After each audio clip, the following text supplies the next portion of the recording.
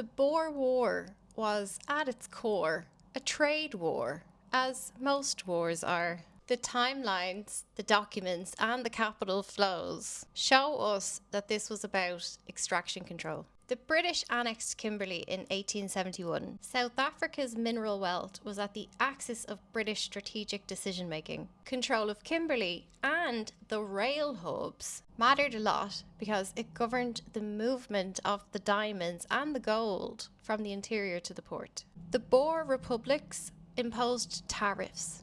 They had control of critical railway junctions, and that threatened London.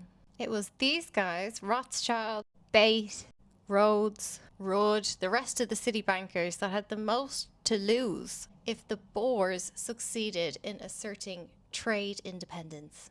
The Jameson Raid can be seen as the modern precursor to a colour revolution. Rhodes organised a private military force of about 500 men to invade the Transvaal and spark an uprising and overthrow the Boer government. It failed disastrously, and London condemned it as a diplomatic crisis. The evidence that Rhodes and De Beer directors were involved in this sits in the Colonial Office. The difference between that and a modern colour revolution is simply that Rhodes sent an army.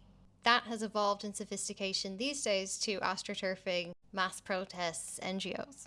But the core aim was the same: force regime change to stabilise extraction economies. Businesses and political actors working together to stage and plan these kinds of uprisings, or directly involve themselves as political engineers or architects of conflict for their own financial gain.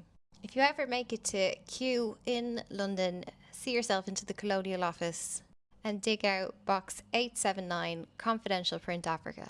Hansard archives show official condemnation. You may need to read between the lines. You can track De Beer's meeting minutes and investor reports in the Guildhall Library. They basically held a corporate intervention with a private army, and that sparked the beginnings of the Boer War. Of course, after Britain's victory, the Boer republics were restructured to align with City of London finance, and that remains the same today. It led to the expansion of the Cape oligarchy, the same oligarchy that gave us all Elon Musk.